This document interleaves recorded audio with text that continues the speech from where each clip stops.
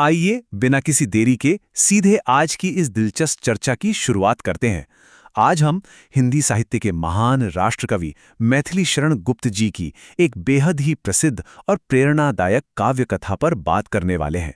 यह कोई आम कहानी नहीं है, बल्कि साहस, भाग्य और धर्म के ताने बाने से बुनी गई एक ऐसी अद्भुत प्रस्तुति है जो सदियों से लोगों के दिलों को छूती आई है।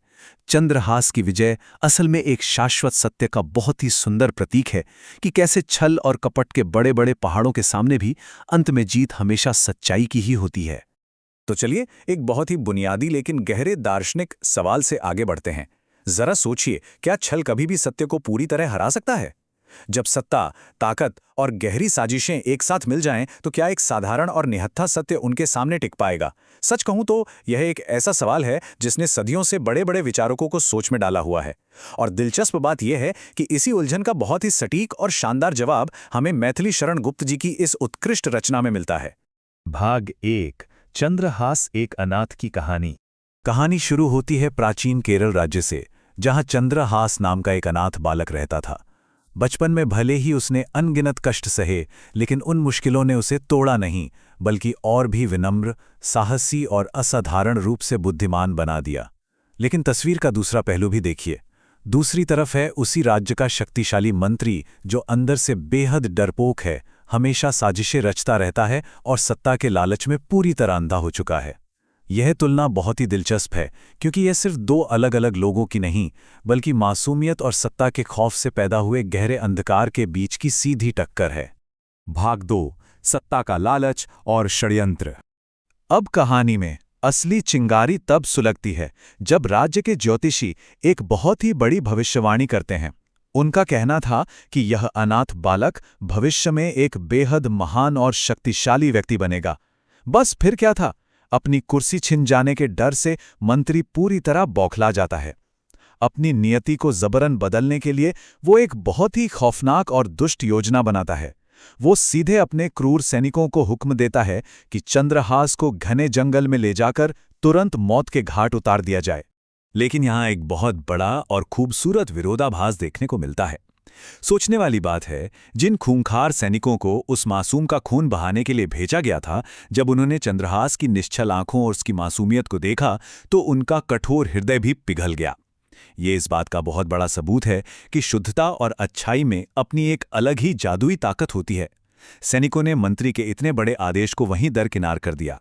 उन्होंने चंद्रहास को मारा नहीं, बल्कि उसे सिर्फ उस घने जंगल में अकेला छोड़कर वापस लौटाए।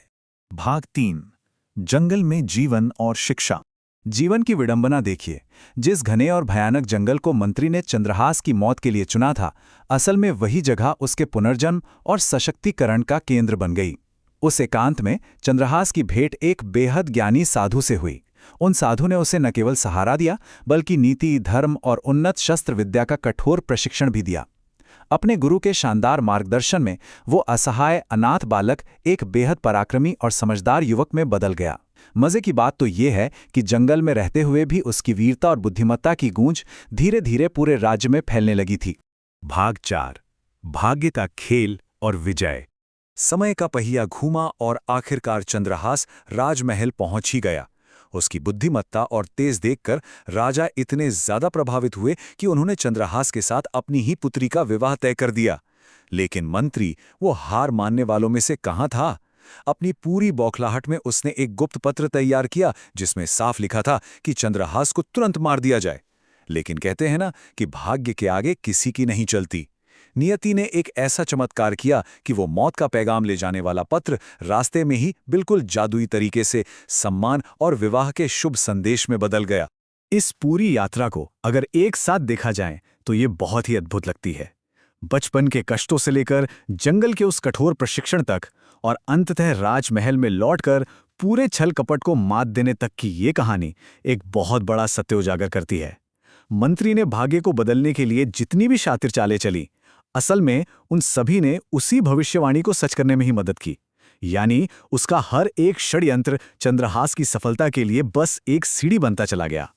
भाग 5, कहानी से मिली शिक्षा। कहानी के अंत में मंत्री का पूरा कच्चा चिट्ठा राजा के सामने आ ही जाता है। उस दुष्ट मंत्री को उसके किए की कड़ी सजा मिलती है और चंद्रहास पूरे सम्मान के साथ राज्य का योग्य उत्तराधिकारी घोषित होता है। देखा जाए तो मैथिली शरण गुप्त जी की ये मास्टरपीस रचना पूरी मानवता के लिए नैतिक मार्गदर्शन के कुछ बहुत ही मजबूत स्तंभ छोड़ जाती है। सत्य और अच्छाई भले ही परेशान हो, लेकिन कभी पराजित नहीं होते। बुरे वक्त में धैर्य और साहस बनाए रखना सबसे बड़ा हथियार है। और सबसे जरूरी बात, छल कपट की इमारत चाहे कितनी भी ऊंची क्यों न हो, एक ना एक दिन उसका गिरना बिल्कुल तय है। और अब हम इस चर्चा के उस अंतिम पड़ाव पर आ गए हैं जहां एक बहुत ही गहरा सवाल उभर कर सामने आता है। क्या हमारी नियति पहले से तय होती है, जो हमारे कदमों को चलाती है, या फिर हमारे अपने कर्म, हमारी अपनी अच्छाई हमारी नियति को आकार देती है? सच में चंद्रहास की ये कथा हम सभी को अपने अंदर के नैतिक मूल्यों की ताकत पहचानने के लिए प्रेरित करती है। इन गहरे विचारों के साथ आज की इस प्रस्तुति को यहीं विराम देते हैं।